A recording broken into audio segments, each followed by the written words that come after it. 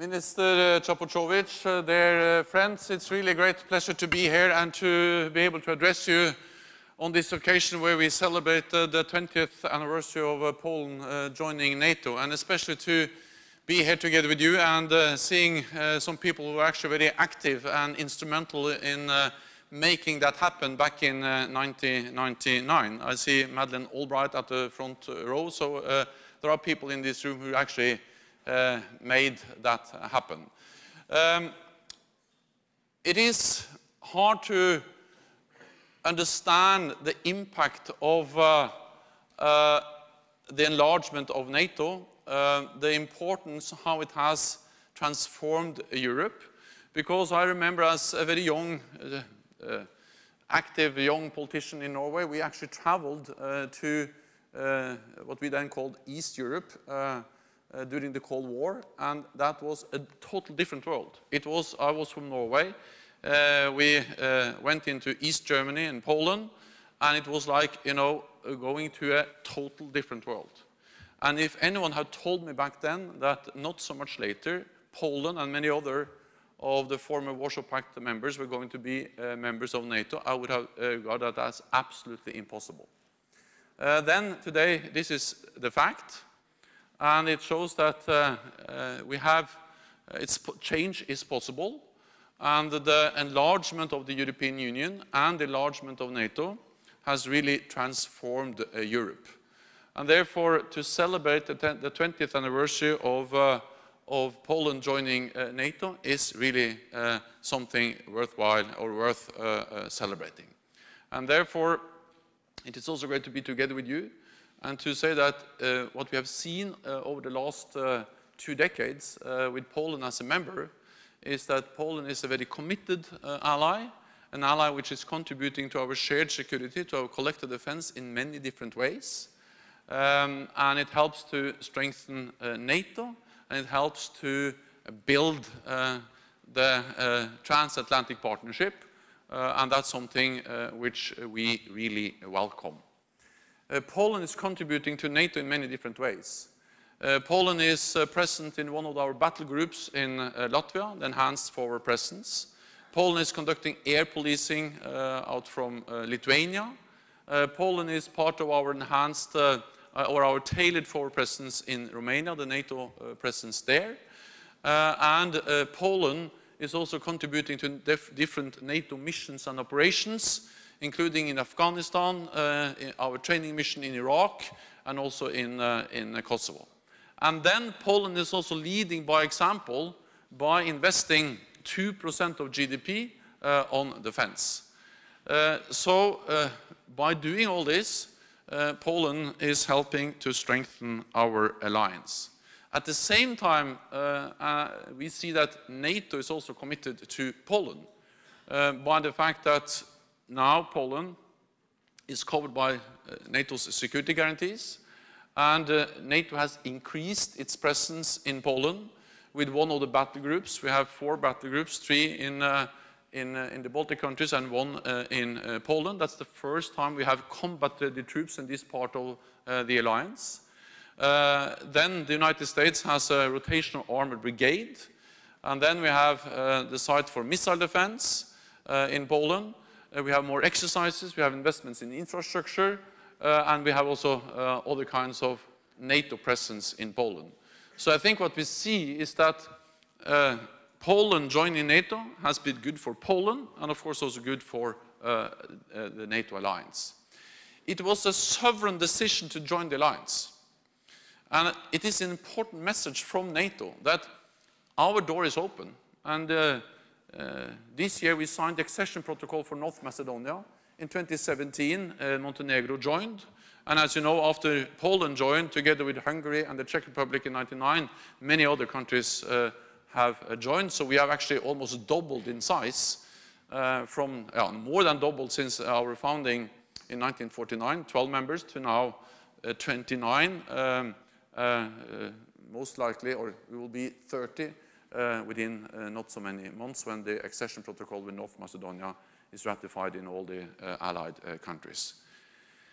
So this enlargement has been decisions by sovereign nations, and NATO respect those decisions, and we send a very clear signal to all those who are protesting and saying that the enlargement of NATO is a provocation. It's not a provocation. It is the sovereign decision of sovereign nation, and we respect those sovereign decisions because every nation has the right to make its own decisions on its own path. And that's exactly what Poland did when they decided to join NATO, and the NATO allies welcomed them back in 1999. But as you know, today this year we are not only celebrating the 20th anniversary of Poland joining NATO, but also the 50th anniversary of a lot of other allies joining NATO in 2004, and then the 10th anniversary of Croatia and Albania joining in 2009. And then we celebrate the 70th anniversary of NATO, the founding of NATO. The paradox is that despite that we are growing bigger, more countries are joining the alliance, despite that we have been the most successful alliance in history, we see questions being asked about the strength and the relevance of the transatlantic bond, both in Europe and in North America. And this is the paradox, because I have to admit that, of course, we see differences. We see disagreements between NATO allies on important issues, such as trade, climate change, the Iran nuclear deal, burden sharing, and other issues. And we have to admit that these are differences on important issues. But the paradox is that despite these differences, North America and Europe are doing more together within NATO and on security and defense than we have done for many years. We see that we have, for the first time, deployed battle groups, increased our military presence in the eastern part of the alliance. We have significantly, together, North America and the United States, increased the readiness of our forces, tripled the size of the NATO response force, and now we are adding even more with what we call the 430 initiative, also 30 battalions, 30 warships, and 30 air squadrons ready within 30 days, adding to the high readiness forces of NATO. We are transforming, adapting the command structure with a new command in Norfolk, Virginia for the Atlantic, and a new command in Ulm in Germany for European mobility and logistics and the movement of equipment and forces throughout Europe. We are stepping up the fight against terror. We have made enormous progress in the fight against Daesh. The global coalition, NATO is part of that, all NATO allies are part of that. It's a transatlantic effort.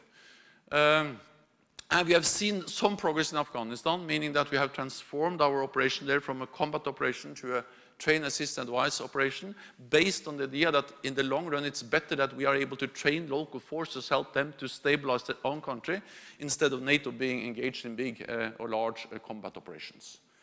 And hopefully we can see some outcome of the peace talks, which is now taking place between the United States and Taliban, closely consulted with NATO. So we do more together in that sense. But we also see that, contrary to what many people believe, or kind of the public perception, the United States is not reducing their presence in Europe. The United States is committed to the security of Europe. It's right that after the end of the Cold War, the United States reduced its military presence in Europe. And that was quite natural, because tensions went down. But over the last years, we have seen that the United States is again increasing its military presence in Europe. The last US battle tank left Europe in December 2013. Now the United States is back with a full armored brigade, many battle tanks in Europe. Actually rotational based here in Poland. That's not a sign of weakened commitment, that's a sign of strengthened commitment. The funding for the European Deterrence Initiative has been increased by 40%, the US funding for US military activities in Europe. More exercises. We had the Trident Juncture exercise with a lot of participation from North America, Canada, and the United States. The biggest exercise NATO has conducted since the end of the Cold War. last fall in Norway. We have 4 battle groups, as I said. 2 of them are led by North American allies. One, United States in Poland, and the other led by Canada in Latvia.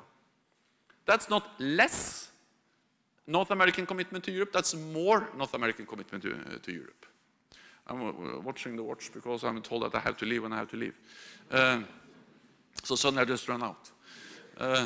Not to be impolite, but just to catch the other thing. Then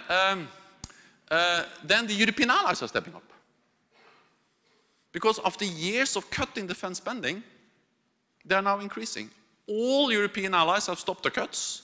All European allies and Canada have started to increase. And since 2016, they will have added 100 billion extra for defense spending by the end of next year. This is also recognized in Washington. So, yes, there are differences. Yes, there are disagreements on many issues. But yes, when it comes to NATO security, we're actually strengthening our partnership. And for me, it is important to convey this because perception matters. If the perception is that we are not strong, if the perception is that we are not standing together, then we reduce deterrence. And the strength of NATO, the deterrence we are delivering every day, the purpose of that is to prevent conflict, is to preserve the peace. And if there is any misunderstanding about that, we are actually increasing the risk of conflict, miscalculations, and attack against a NATO ally. So therefore, I'm focused on the reality, but also how we are presenting the reality, because deterrence is in the mind of your potential adversary. Then I would like to say that we see the need for transatlantic cooperation in many areas. The fight against terrorism, that has been a transatlantic effort.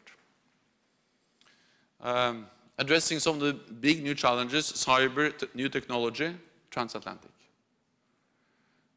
We see China as a rising power. There's a great potential for cooperation, for partnership, but there are also some challenges we have to address together. But then we see a very urgent challenge, which really is a transatlantic challenge. And that is the intermediate range forces.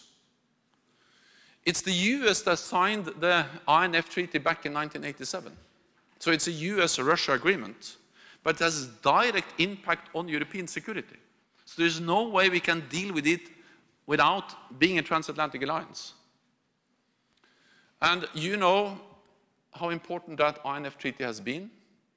It shaped understanding of security issues for a whole generation of politicians, the deployment of the Russian SS-20 missiles in the 70s, and then the NATO response with the Pershing and cruise missiles. And I think it was hard to imagine how much we welcomed and appreciate the INF agreement signed in 1987, not only reducing or limiting the number of missiles, but banning all of them. All intermediate range missiles were banned by the INF Treaty. Now Russia is violating that treaty. It was the Obama administration for almost 6 years ago that first raised that concern with Russia. All allies have expressed their concerns, and all allies have agreed, and many of them independently based on their own information, that Russia is in violation. The new SSC-8 missile is nuclear capable, hard to detect, can reach European cities, and reduce the warning time, and by that also it is reducing the threshold for any potential use of nuclear weapons in an armed conflict. So this is really serious. Russia still has the opportunity to come back into compliance. We call on them to do so. But at the same time, we have started to plan for a world without the INF Treaty, with more Russian missiles in Europe. It's far too early to say what the outcome will be of that process in NATO. But what I can say is that we will be measured. We will be coordinated. It will be a NATO response. And we don't have any intention of deploying new nuclear ground launch missile systems in Europe. My message about this is that the INF issue is a serious challenge, but my message is also that it highlights and once again reminds us of the importance of the transatlantic bond, because the only way we can deal with this is as a transatlantic alliance, North America and Europe standing together. So 70 years of NATO, a great success, 20 years of Polish membership, a great success, and there are many more successful years to come. Thank you so much for the attention.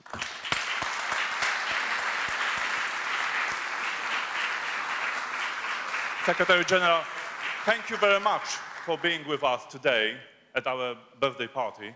Thank you very much for your contribution to our alliance and also to this conference. Applause, please.